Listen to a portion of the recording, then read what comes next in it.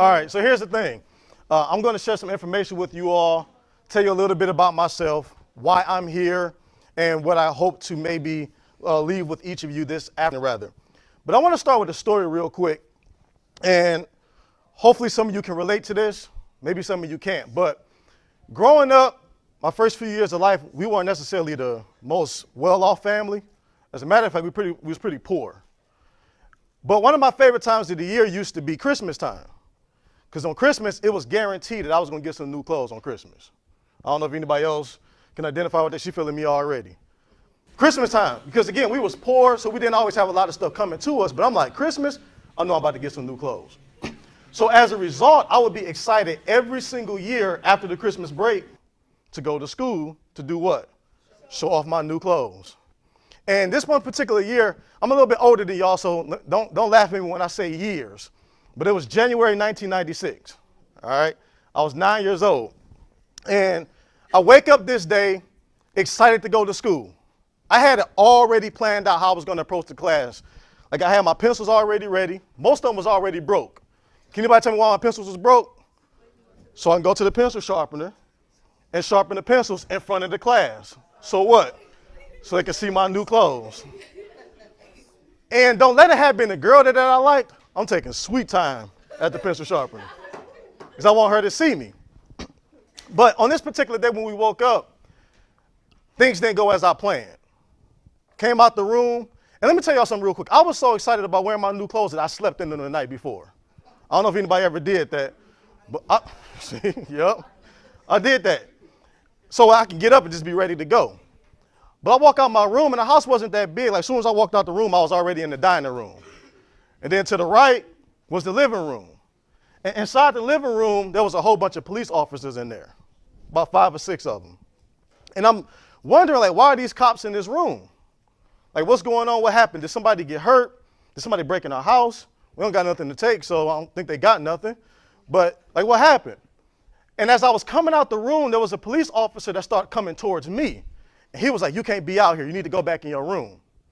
But I really couldn't help but notice when I was looking in the living room, I noticed on the couch there was this pillow. And this pillow had a whole bunch of blood on it. I later found out, and this may be graphic for some, but I later found out that that pillow, my mother held that pillow on her chest. She had a gun. She put the gun against the pillow to shield the noise from the gunshot. And she took her own life. I was 9 years old when that happened, 1996. So you're talking about planning to go to school, kill it, all of that stuff, that never happened. I actually spent most of the day in the police precinct getting a whole bunch of questions because I was the oldest, and they're asking me what happened. Did you hear anything? I didn't hear a gunshot. I heard nothing happen. And the messed up part about that is that I had just lost my father about 4 years before that. So I was about 4 or 5 when he passed away, 9 when my mother passed away. So now I'm growing up without both of my parents. And it caused me to really start to become angry. I was bitter in school. I used to go back to school getting into fights. I would be arguing with people. I didn't want to hear nothing from anybody. Because I'm like, you don't know what I'm dealing with. You don't know what I'm going through. Here's something I want to tell each of you, particularly as it relates to my mother's experience. I recognize that suicide is one of these things that a lot of people deal with, young and old.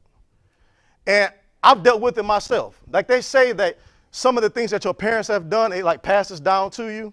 We hear put in different phrases. Sometimes people call it generational curses. Some people say like you just like your mama, you just like your daddy, so on and so forth, right? And I remember having times in my life where it was hard, and I was saying to myself, I should just do what my mama did. Like, I mean, she got out of here, so let me go ahead and do it too. I thank God that I didn't do that. I pressed past those thoughts, and I started to see my life as valuable. But not only was I able to see my life as valuable because I started thinking about myself in a higher manner, but there were people around me like a principal drain that poured into me. I was just sharing with him in the office. There's a guy who was my principal when I was in 5th grade. His name is Mr. Brown, still alive today. I owe a lot to him. And I say like he literally saved my life because when I was going downhill, he was there to kind of stop me. And he helped me. He was hard on me at times. When I was at Southeastern, I had a principal by the name of Miss Gatlin. I couldn't stand Miss Gatlin. Most people at Southeastern couldn't stand her. But I'm glad that she was in my life and that she stayed on me the way she did. Because had I took my life in those hard moments, I wouldn't be here today, first and foremost. The things that I've accomplished, I'm speaking all across this nation, sharing hope and encouragement with people. preaching. I'm a pastor now. I'm an author, written multiple books. I'm an entrepreneur, got multiple businesses. I have a family, fine wife. Love my wife. You know what I'm saying? We have children. I mean, I've been able to do a lot of things, not to brag and to boast, but to say that where I came from, because here's something that society doesn't really think that we could be, especially as young men. They don't expect much out of us. And then when you have all of these things added on top of you already being a young African-American male, add the fact that your dad ain't in your life. Then they say, like, based on that, there's a higher likelihood that you're going to go to jail, that you're going to sell drugs, you're going to die at a certain age, all of that stuff. I'll be 32 Sunday. Statistically speaking, I should be somewhere not where I am right now. But then you add the fact that I lost my mother, they like, oh yeah, he going to definitely be a failure. And people looked at me like that. And so again, it was never expected that I would be doing some of the things that I'm doing. And I share these experiences with you to say this: some things you cannot control in your life. I cannot control the fact that my mother is not here or my father. My dad, he wanted to do drugs and he ended up dying from a drug overdose. I can't control that. Nothing I can do about that. But just because I can't control it doesn't mean that I have to become a victim of it. There's some things that you can't control where you were born. You can't control who your family members is, who like you and who don't like you. You can't control that stuff. But you can control yourself. So let me share this other story with you real quick. After my parents passed away, that left me, I had 2 other younger brothers and 2 other younger sisters that my grandparents were kind enough to take us in. Like, they were really, really nice. They was like 60-something years old, and they was like, we'll take all of these kids in. And I'm talking about when I got to my grandparents' house, life was totally different. And it was different in a good way. Because growing up with my mother, like I told you, it was roaches in the house. It was mice in the house. Sometimes I'll open up the refrigerator, wouldn't be no food in there. Every once in a while, the lights would get cut off. Back in the day, we used to have the phones in the wall. Most people don't have phones like that no more, but I pick up the phone, wouldn't get a dial tone. But when I got to my grandparents' house, open the refrigerator, there's always food in there. I flip on the light switch, lights always come on. I didn't have to walk to school because my granddad drove us to school. And he drove us to school in a Cadillac. I'm like, oh yeah. And so again, things changed for me. And then this is where I knew, like my mind started being blown when my grandma and granddad started buying clothes for me, and it wasn't Christmas. It wasn't my birthday. I'm like, you just buying me new shoes because I need new shoes? I'm like, I ain't never, ever seen nobody act like this. You know what I'm serious. I'm like, I'm getting new shoes and new clothes just because. And I'm happy about it. And here's the thing that I realized, that my grandparents, they did something to set me and my brothers and sisters up to be successful. They wanted us to be good. They wanted us to be right. And so they created an environment that we can survive in as well as do well in. Here's where I messed up, though. And here's where some of us mess up. We got good parents like that. We got parents that you ask them for anything that you want and they give it to you. How many of y'all got cell phones? Everybody in here. Did you buy your own cell phone? How many of y'all pay your own bill? My brother. I like that. A couple of y'all pay your own bill. But do y'all get allowance? Oh, okay, cool. So your parents still pay your bill. I ain't have a cell phone until I was 18. Not in school, I didn't have none of that stuff. But here's the thing. You have parents, right? You have parents who look out for you, who are doing things for you. And the question I have for you is, what are you doing with what your parents, with your principal, with your teachers, the people who love you, that they are providing for you? What are you doing with it? So say this after me, say responsibility. I need each of us in here to be responsible over what we have been given. Like, you got to be responsible with the gifts that you have, with the resources and the life that your family is making available to you. So one of the mistakes I made was not listening to my grandparents like I was supposed to. Most of y'all are all in 8th grade? Man, that 8th grade was a turning point for me. I need y'all to hear this real closely. I'm talking about 8th grade to 9th grade. It's like kid to adult almost. I never forget when I was in 9th grade, I went to Southeastern my first day of school. I'm like, nobody never told me school was going to be like this. Like, I never imagined that. I'm talking about we got homework on the first day of school. I'm like, we're supposed to at least have a couple of days, get to know the teachers and stuff. We walk in the classroom and the teacher like, take out your notebooks and pens. I'm like, hold on, I've been using pencils all this time. I ain't even got no pens. You know what I'm saying? Like, things was just different. And I get to high school, and I didn't take it seriously. And as a result, I suffered my first couple of years in high school. Okay, so here's the thing. What's the difference between my first story and my second story? The first story I told you can't control. The second set of circumstances, though, I could control. I could have went to high school and right out the gate got 3.0s, 3.5s, 3.6s, all of that. Because watch this, when I was in 11th grade, I started getting 3.0s and higher. Towards the end of my 11th grade year, going into my 12th grade year, I got nothing less than a 3.6. What was the difference between the 1.8, 2.0 DeAndre and the 3.6 DeAndre? Nothing but me being responsible. And the thing I always tell people is that we limit ourselves and we don't think that we have as much potential as we do, but we have a lot more potential than what we realize. The 3.6, the 3.8 DeAndre existed all along. I just wasn't tapping into it. So let me ask you all this question, just by show of hands. Let's just be honest in here real quick. How many of you all like school? And that's like 6 of y'all raised y'all hand. All right, now watch this. Just because you like school, does that mean that school is easy? Is it difficult? How many of you like school but don't get the grades that you want? Let's be honest, raise your hand. All right, so if for sake of transparency, so what's your GPA right now, if you don't mind sharing? 2.2. She likes school though. All right, let me ask you another question. I'm gonna come back to you. How many of you don't like school? That's most of y'all, right?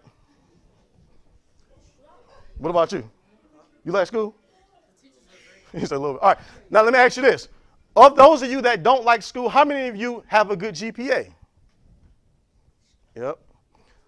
Who got over a 3.0? Who has over a 3.5? And these are the kids that, quote unquote, don't like school. Now, can I ask you a question real quick? Even though you don't like school, what makes you want to get a 3.0 or 3.5? So you can get into a good high school. Then what is a good high school going to do for you? Good college. Then when you get into college, what's that going to do for you?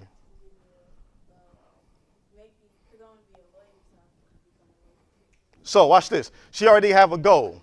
I wish I had like papers or something that y'all can write this stuff down, but just keep it in your mind. Have a goal. The reason why I started getting better grades in high school is because I had a goal. Now my goal wasn't as sweet as hers. I wasn't trying to be a lawyer. I was just trying to go to Michigan State with my girlfriend. Listen, I'll be honest with you. I don't care what your goal is. If that goal is going to make you better, go after it. She was a little older than me. She was a year older than me. So she got accepted into Michigan State before I did. I'm like, we together. If you going to Michigan State, this long distance relationship stuff ain't going to work. She was pretty. I'm like, somebody else might try to talk to her. I need to get there as quick as possible. And I wasn't even visiting Michigan State. I would go up there and visit her all the time. You holding hands with her like, yup, this is my girl. I be showing people in the school like, yup, I'm a senior, but I got a college girl. Like I was showing off and everything. But that made me get a better GPA though. I eventually got to Michigan State. Now, the unfortunate part about Michigan State was it cost a whole lot of money. My grandparents, they had money, but they didn't have money to be paying for me to go to college. So I had to get financial aid and all that type of stuff. And although I got good grades as a senior, it was a little bit too late for me to get some of the scholarships that I was supposed to get. She had scholarships. And her parents had the money to pay for what her scholarships didn't. So when my financial aid ran out, guess what happened? I had to go back home. Now, I say this to say, if you get to 9th grade, because they told me this, they said, DeAndre, you did good at the end, but if you would have did this from the beginning, you would have got into any school, got any scholarship, full ride, all of that. Go to 9th grade next year. Please do this. And if you don't do nothing else, make that first year your best year. Because that's going to set your foundation. And if you can have a solid foundation as a 9th grader, everything else will be pretty set from there. If you have a weak foundation, though, and you start off on that low level, it's going to be that much more difficult for you to recover as a result of it. Now, here's the other thing, that you don't have to always like something. You don't always have to like things, like many of you don't like school but still get good grades. You don't have to like something to value it. Valuing it really just means that I'm responsible over it. I appreciate it. I raised my hand with the people that don't like school, never did like school. Probably don't think I would ever like school. My wife, she's getting her master's degree right now. She'd be coming to me. She'd be like, hey, can you review my paper real quick? I'd be like, I really don't feel like doing this.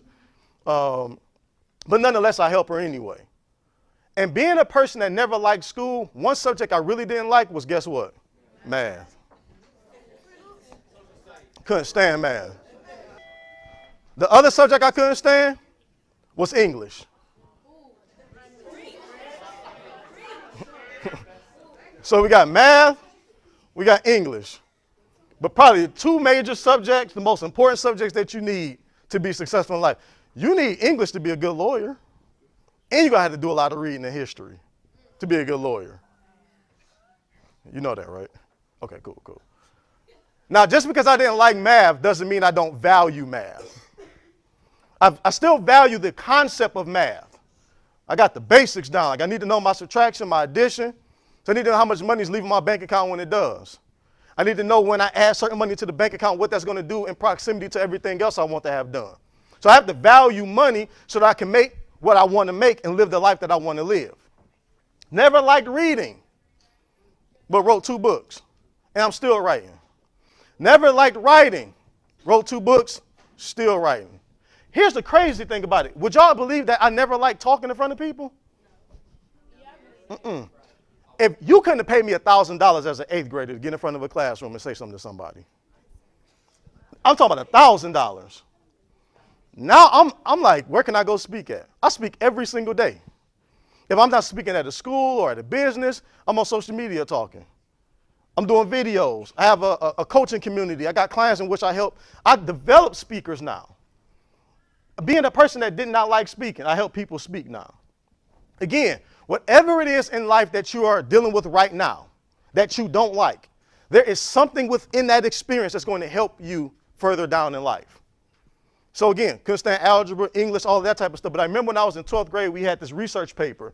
And I was actually just at, her name is Miss Roddy. I was actually just in her class. I kind of popped up at the school and wanted to surprise her. I seen her. And she was like, hey, can you come in here and speak to my class real quick? I'm like, absolutely, I'm here, why not?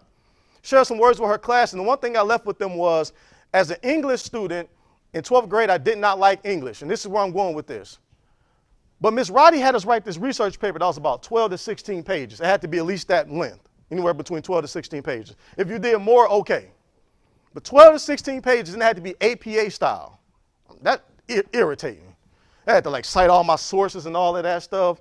Had to make sure everything was, I don't even know what I talked about.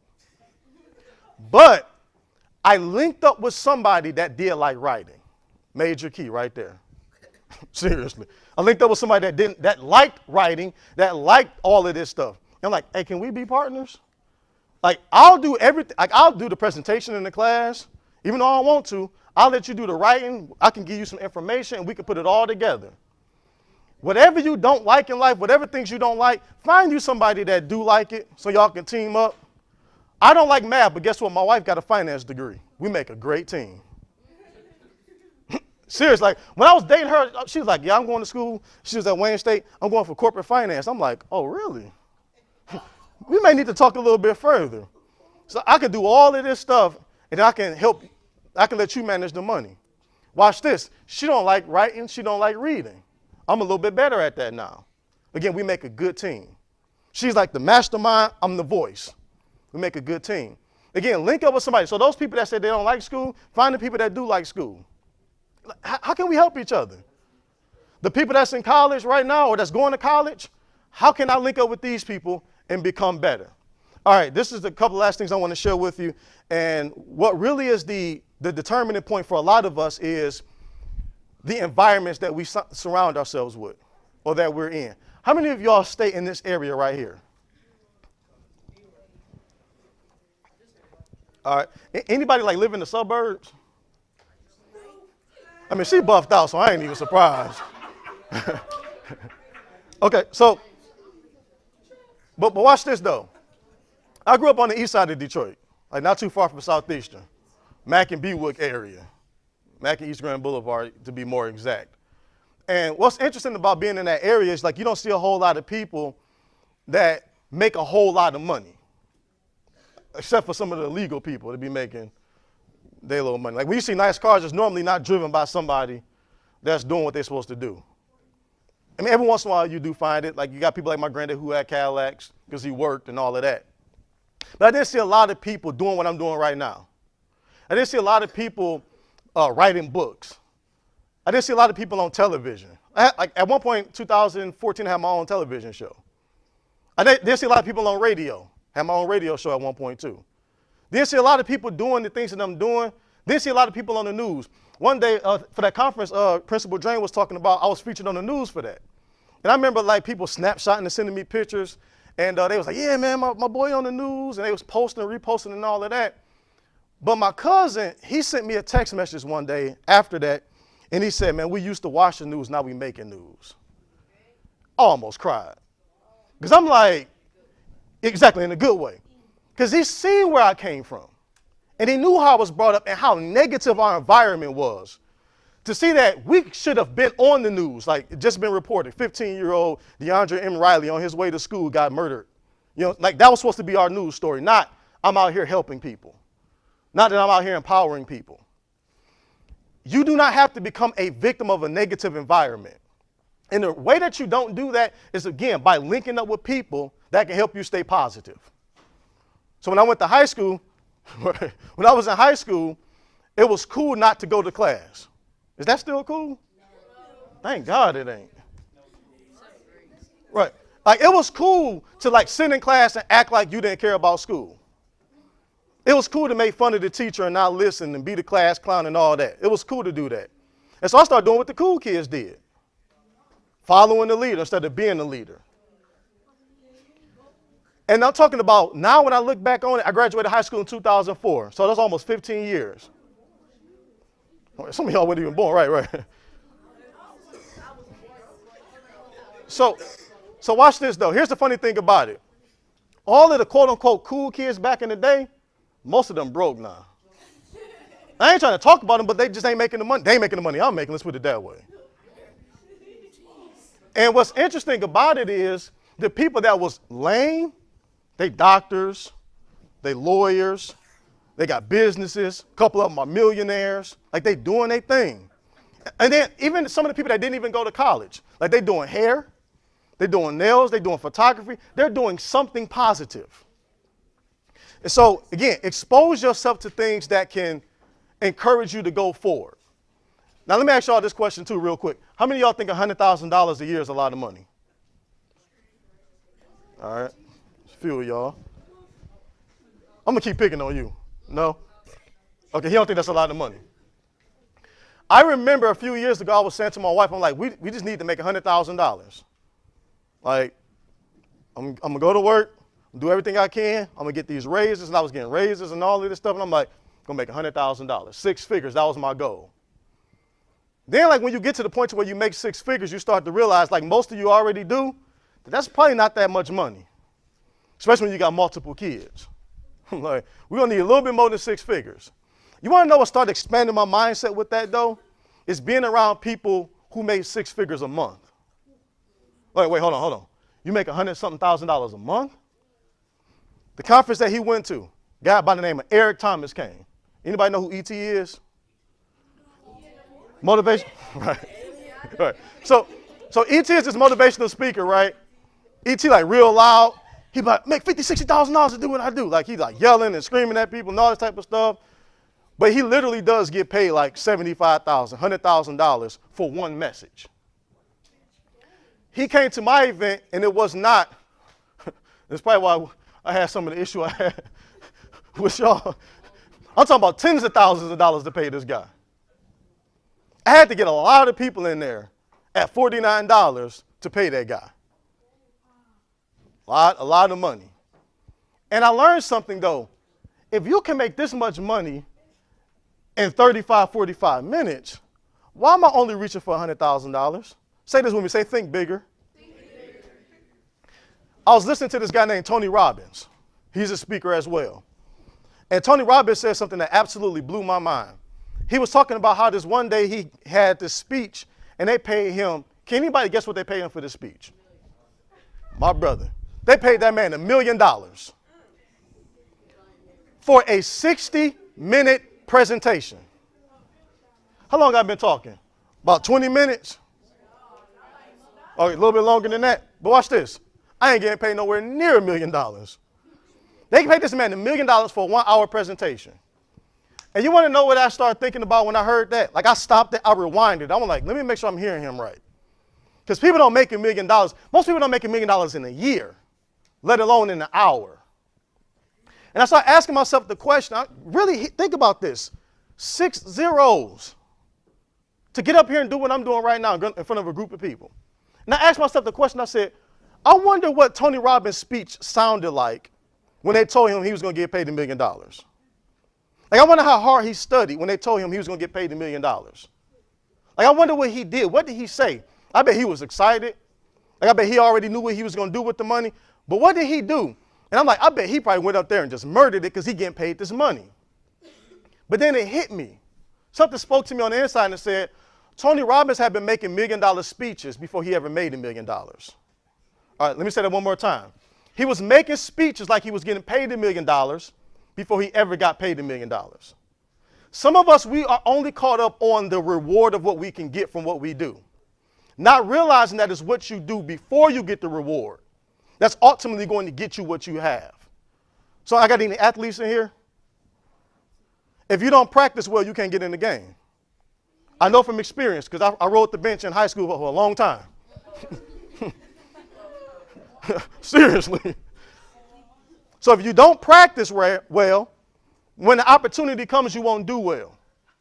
So you have to give $1 million effort before you get paid $1 million. You have to give college effort before you get to college. Some of you all didn't get into the school that you want to get into. Can I be honest with y'all? I didn't get into Cass King or Renaissance either. And Southeastern wasn't on that list. I don't know how Southeastern turned around, but I could probably preach about that too. Southeastern used to be the school that nobody wanted to go to. And I got a letter in the mail one day from Southeastern saying, like, enrollment. King didn't send out no letters talking about some, hey, come to King. Cass turning people away. They don't have enough space. But Southeastern, like, we need students. And I remember one day I was like, Southeastern want me? Forget King. And so I went to Southeastern and learned what I needed to learn there so I can get to where I am now. And again, I look at a school like Southeastern that was once considered to be nothing, and now it's the school that you got to test to get into. Let this be an encouragement to you that, again, wherever you are in life right now, whatever may not be going right, you can do what you need to do to turn the thing around so that you can be something that is eventually sought after from people. I used to be the one people laughed at, wasn't always the most popular kid. Sometimes people even still joke and laugh at me now, but then every once in a while people still come up to me and be like, hey man, can you show me how to do so-and-so? Like what you do is really inspiring me. This is really inspirational. And so I want y'all to kind of adopt this, and I'm finished on this point, and I'll take any questions that y'all have. Please ask me questions. I'm a resource for you. I can answer a lot of stuff for you. It could be simple stuff. Even if you got questions right now, just let me know. But there's this philosophy that I live by, and it's called the I-4 philosophy. All right?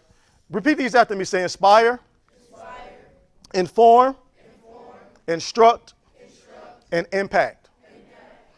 That's my mission. That's my motto. Let me try to inspire somebody. Let me share my experiences and knowledge and information with people so that I can inform them. Then I have information and knowledge that I can do, that I can teach people certain things. And my whole goal is let me try to make an impact. So I inspire people by what I do. It's inspirational when people look at my life. Like we can identify, many of us grew up in the same areas, that sort of thing. We can look at each other and say, wait, if he can do that, then I can do it too. I told you Eric Thomas, for example, he came to my event. Eric Thomas is from Detroit. Went to Henry Ford High School. Was a high school dropout. Like this dude makes millions of dollars a year from speaking. If he can do it, I can do it too. That's inspirational. That's why I do the same thing. Like, man, DeAndre can go to college. DeAndre can get educated. DeAndre can have a business. If I can do it, you can do it too. Seriously. Like $100,000, a couple $100,000 a year, that's not hard for you to do if you tap into who you are. Okay, with that inspire, I'm able to do so because of my knowledge and experiences. All of the experiences in my life, the good and the bad, the things I didn't like and the things I did like, help give me something to where I can inform people. So I can give you some information. That's why I said ask me some questions when we finish, because there's some information that I can share with you that can take you from where you are to where you want to be. Just like people share information with me to help me get along in life. Been married now 6 years. That's not a long time, but I learned a lot from two people that's been married for 65 years come 2 weeks. That's my grandparents. That information helped me in my marriage. I told you I didn't have my father in my life, but I watched other men. They informed me on how to be a father. Whatever you want to become, it depends, as my friend Jesse Cole says, on your willingness to become it. And you have to start availing yourself or making yourself available to information. So that's why I inform. But the information without applying it is really useless. So what do? I take the information even further, then I instruct people. So like if anybody was like, hey, can you show me how to write a book? Absolutely, I can show you how to write a book. I can show you how, not being a good writer, how you can sell thousands of copies of a book that people actually want to read. If you want to speak, I can teach you how to speak. I told you I'm a pastor, not to get off church or anything, but I can teach people how to live godly.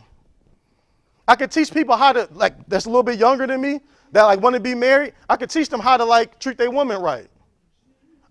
Instruct. And when I put inspiration, information, and instruction together, the impact is the end result. So ask yourself the question, what am I doing that people can be inspired by? Let me say this, just be who you are. And when you set goals and you reach them, people are inspired by it. So the people that's like, hey, I want to go to college. I got a 3.5, I'm doing this. How many of you all got younger brothers and sisters? Yeah. So watch this. Having younger siblings may not always tell you this, but I promise you they look up to you. Now, how many of you got older siblings? Most of y'all have an older sibling that you look up to that inspires you. Somebody like, no, I don't. But some of you do. Some of you do. And here's the thing. They don't even have to be that deep to be inspiring to you. Scott Adams, he's the guy who wrote the Charlie Brown Peanuts comics. His name is Scott Adams. He said that you don't have to be a person of influence in order to be influential. To inspire people really just means to use your influence to make a difference. So real quick, what's some people that society call influential? Like if you do this, that means you're an influential person. My sister right there. You, right there with the headband. If you were, come on. What does society call influential people? People that's like big and inspirational. Name somebody. Somebody that inspires you. Your mama. Good. Anybody else? You. Dr. King. He said Bill Gates. Anybody else? Your sister. Good. What about you? Floyd Mayweather. Floyd Mayweather, his last fight, he made like $200 million almost, fighting Conor McGregor. Now watch, right.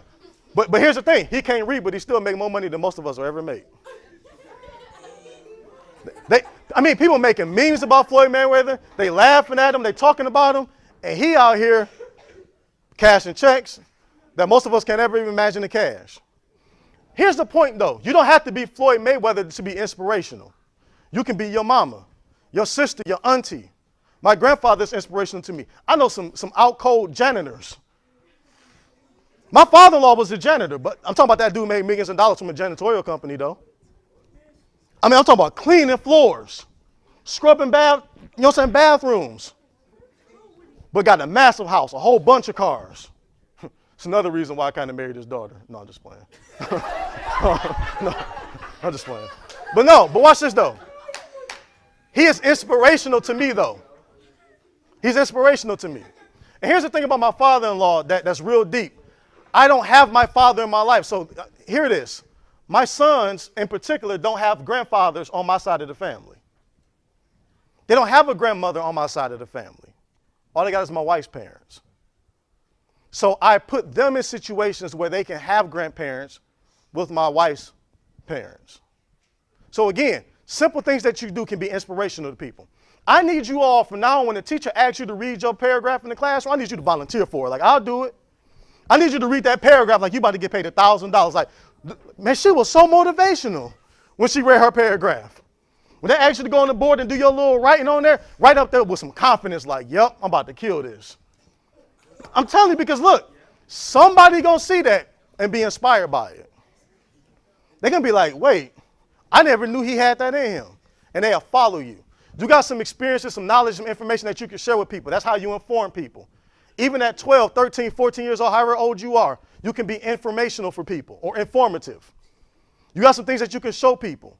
Those people that's good at math, you can show the people that's not good at math how to do math. And we all can win. Because what we want to do, we want to make an impact. Please understand this, and I'm finished.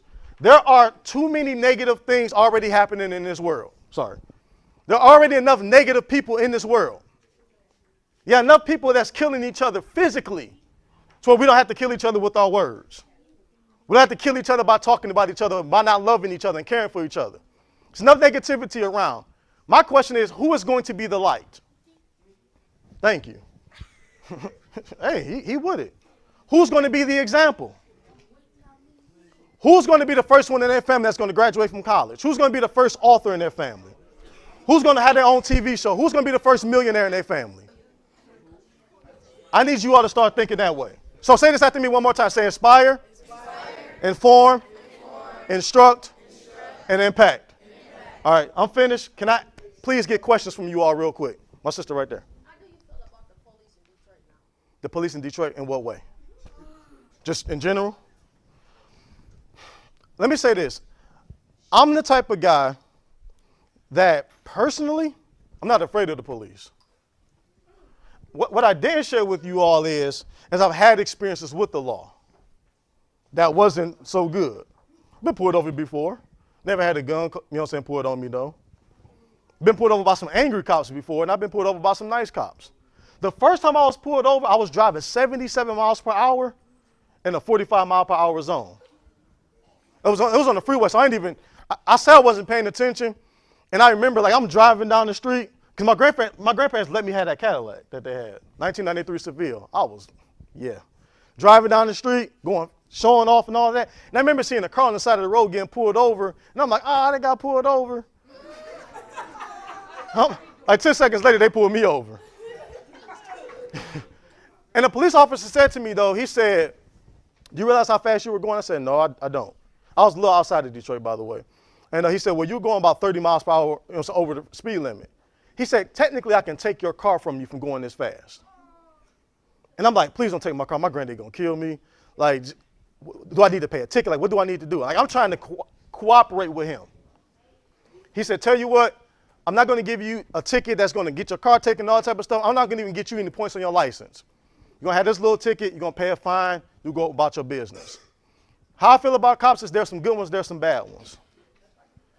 But the bad that happens in our life, we can either add to it or we can subtract from it. I'm not trying to talk about any of the people who've ever had encounters with the police officers, but not all of them made it easy for themselves. Let's just be honest. And even when you do certain things, like you can cooperate with the cops all you want to and all that, and there's going to still be some bad cops. But there's a lot of good ones. I know something personally. I know a few of them that are pastors. The police are meant to be here to look out for us. But how we can start to change some of the conversations that police have is by doing what we need to do. I'm sick of people talking about young black men and they're a threat this and they're this and they're not that. Like that's something that comes out of our own behaviors. You got groups like NWA back in the day, like when I was younger, running around talking about the police. Bleep the police. Come on now. Like you think a police officer gonna be happy to see you when he pull you over? And you put this whole little thing out here, this whole stigma, and you make us all look bad. Well, some of us, we're just trying to take care of our family. We're trying to do what we need to do. So again, who's going to be the light? Who's going to be the example? And that's what I want you to focus on. And as a result of that, whatever good you want, you put out good in the world, it'll come back to you. I believe that. You reap what you sow. How did the people around you feel about your girlfriend back in high school? How did it feel about me being with a girl when I was in high school? How did they feel about your girl? Oh, my goal. No, I didn't tell anybody. But here's the thing. Like, I have some goals that are like, some people don't think my goals are worth anything. But again, if it's going to help me in a certain area, then I set that goal. As long as the goal isn't bad, you're good. I'm not concerned about what people think about my goals, my dreams, my vision, because it's not theirs. Like, I got these glasses on. I sat down with the doctor in the exam chair, and he showed me this screen. And he said, "Can you see this? Read this line, read this line." And based on what I said to him, determined what my prescription was going to be. So that happened, and he gave me a prescription that works for me. Whatever you speak out for your life, Like whatever it is that you communicate out there, I want to be this, I want to be that. That's the prescription that is for your life. Other people ain't going to be able to see your vision all the time. They're not going to buy into it. They're not going to embrace it. If I get this brother my glasses, he may, like, my eyes hurt. Some people's prescription stronger than mine. It's not going to be enough for them. But this is just right for me. And so your vision, your goals, your dreams, they're just right for you. You focus on it yourself. And then watch this. Sooner or later, people are going to start coming to you. You'll be an expert at what you're doing. And then they'll start paying you for the information that you have. People pay me for my information now. I wrote them books, and people pay me $15 a book. If I give you one book and sell only one book, that's $15. That's not a whole lot. If I sell $15 worth of books to this whole room, I made a pretty good day because I share my information. So again, first they laugh at you, but then you become an expert. Then they start saying, can you help me? All right, anybody else? I learned that when people ask you like, what you want to be when you grow up, and you be like, I want to be, that's like saying that you doubt it, that you're going to be. Well, in the Bible, Yeah. That's true. Some people have this. How much time we have? So I want to make sure I'm. Okay. So some people talk about not having a plan B, and that plan A should be such a major focus to you that you're not concerned about plan B. So she said that you really shouldn't be saying what you want to be. You should be saying what you're going to be. Like I don't say I want to be a millionaire. I say I'm going to be a millionaire. You know what I'm saying? I don't say that I want to be married for 30 years or 40 years or 50 years. I say I'm going to be married that long to one wife. That's what I say. Like I don't suggest I'm going to be anything, and so I like that. Again, make declarations. I told you I'm a pastor, not to be too preachy, but the scripture does say if you can decree a thing and it shall be established. Your words do create your reality. So start saying what you want, and then you'll start seeing what you said. All right? One more question. All right, I'll take two more. You. How did you know that you wanted to like do this, like talk in front of people? What told you? All right, this may turn out to be bad for the educators that's here. How many of y'all enjoy me today? All right. That's how I knew.